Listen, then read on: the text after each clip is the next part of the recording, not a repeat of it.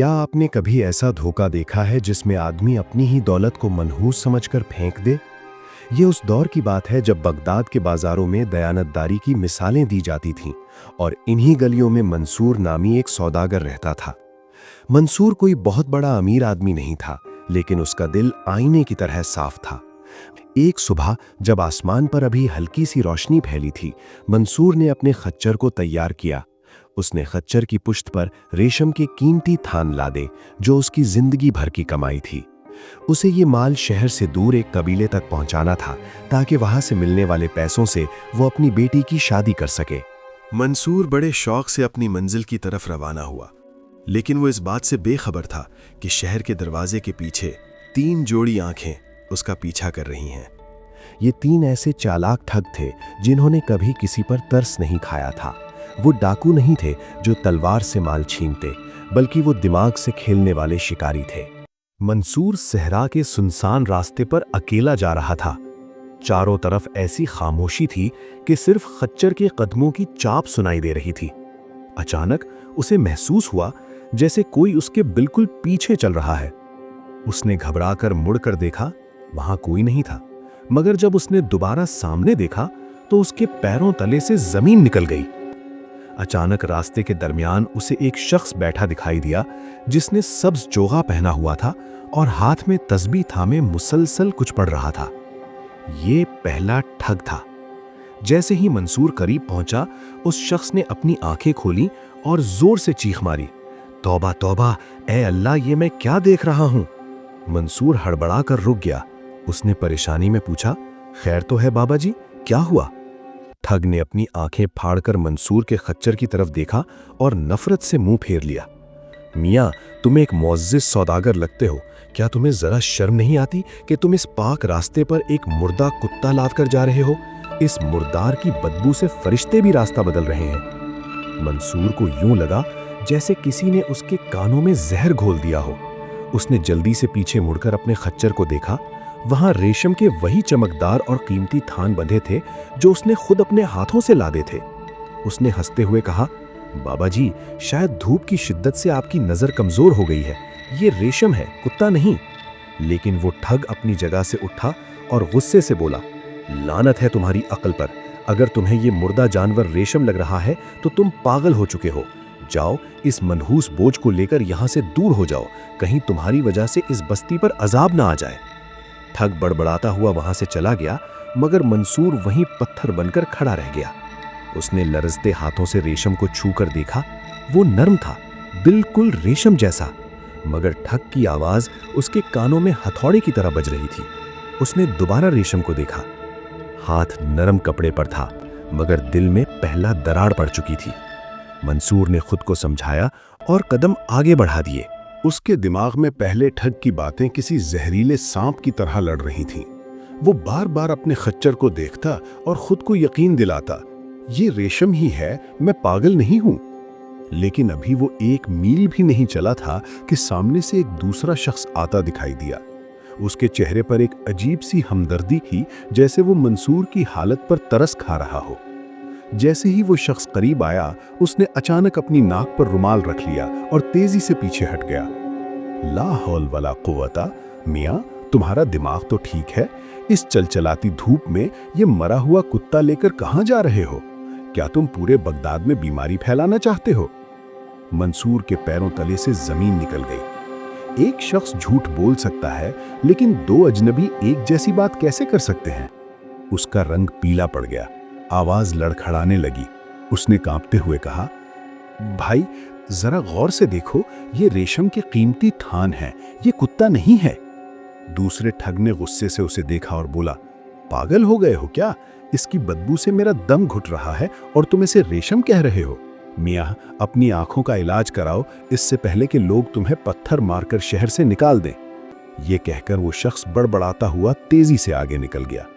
अब मंसूर के माथे पर पसीना नहीं, बल्कि सर्द लहरें दौड़ रही थीं।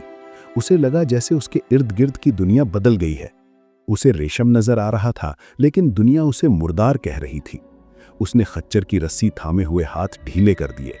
शक अब यकीन में बदल रहा था कि शायद उस पर कोई काला जादू हो गया है जो उसे सच दिखने नहीं दे रहा।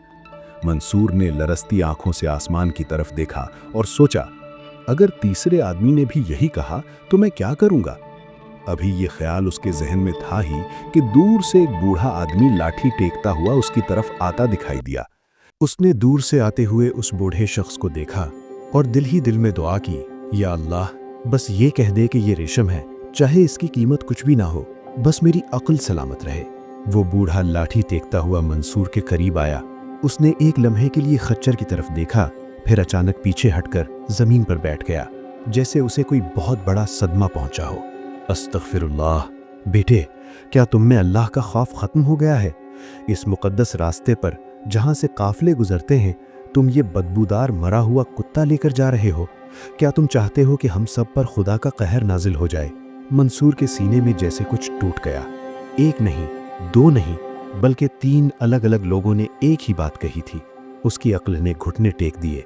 उसे यकीन हो गया कि वो पागल हो चुका है, या उसके माल पर किसी बहुत बड़े जादूगर ने जादू कर दिया है जो उसे रेशम दिखा रहा है, मगर हकीकत में वो एक गलीज जानवर है।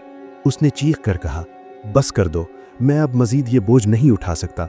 मंसूर ने पागलों की तरह खच्चर से वो तमाम गठरियां खोलकर सड़क के किनारे फेंक दी।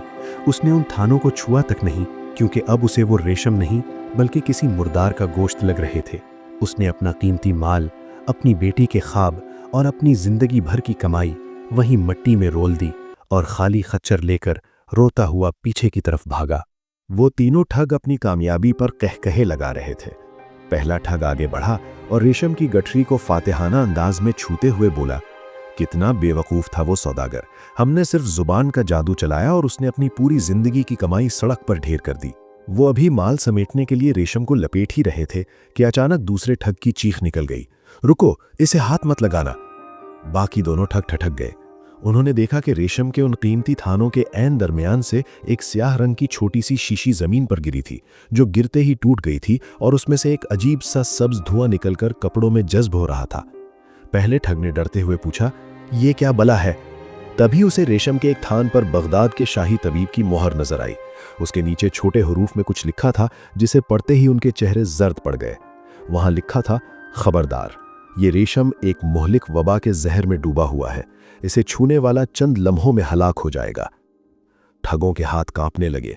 वही वहम जो थोड़ी देर पहले उन्होंने मंसूर के दिमाग में बोया था, अब उनके अपने गले का हार बन चुका था। तीसरे ठग ने अपने हाथों को देखते हुए चीख मारी, मुझे अपने जिस्म में जलन महसूस हो रही है। क्या हमने इसे छू लिया है? वो बदहवास होकर इधर उधर भागने लगे, मगर इसी दौरान झाड़ियों के पीछे से किसी के मजबूत कदमों की चाप सुनाई दी। उन्होंने मुड़कर देखा तो उनके होश उड़ गए। वहां मंसूर खड़ा था, लेकिन अब उसकी आंखों में वो सादगी नहीं थी, बल्कि एक फातिहाना चमक थी। मंसूर ने एक सर्द मुस्कुराहट के साथ उनकी तरफ कदम बढ़ाया। क्यों, क्या हुआ? तुम तो इसे मुर्दा कुत्ता कह रहे थे, फिर अब इस मुर्दार को छूने से क्यों डर रहे हो? पहला ठग लड़खड़ाती आवाज में बोला, मंसूर, तुम तो भाग गए थे। ये सब क्या है? क्या वाकई इसमें जहर है? मंसूर ने सुकून से रेशम का एक थान उठाया और उसे अपने चेहरे पर मल कर दिखाया। ठगों की आंखें बाहर निकल आईं। मंसूर बोला, मैं भागा नहीं था, मैं तो सिर्फ तुम्हारे लालच का तमाशा देख रहा था। ये धुआं सिर्फ एक रंग है जो हवा लगते ही उड़ जाता है, और ये मोहर मैंने खुद लगाई थी। मैं जानता था कि जो लोग दूसरों के दिमाग से खेलते हैं वो सबसे ज्यादा अपने वहम से डरते हैं। ठगों का खौफ गुस्से में बदल गया। तुमने हमें धोखा दिया। हम 3 हैं और तुम अकेले। अब इसकी कीमत तुम अपनी जान देकर चुकाओगे।